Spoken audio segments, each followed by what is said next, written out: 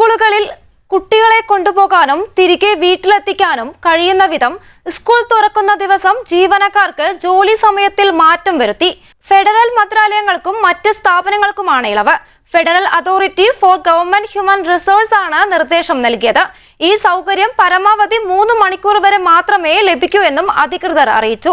Nursery, Kinder garden വിദ്യാർത്ഥികളുടെ രക്ഷിതാക്കൾക്ക് ആദ്യ ആഴ്ച മുഴുവൻ ഇളവ് ലഭിക്കും.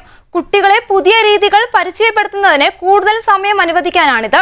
ഈ കാലയളവിൽ 3 മണിക്കൂർ വരെ ഇളവ് ലഭിക്കും. പുതിയ നയം അനുസരിച്ച് രക്ഷിതാക്കൾക്ക് സ്കൂളിലെ PTA മീറ്റിംഗുകൾ, ബിരുദദാന ചടങ്ങുകൾ അല്ലെങ്കിൽ സ്കൂളുമായി ബന്ധപ്പെട്ട മറ്റ് പരിപാടികൾ എന്നിവയിൽ പങ്കെടുക്കാൻ സമയം അനുവദിക്കും.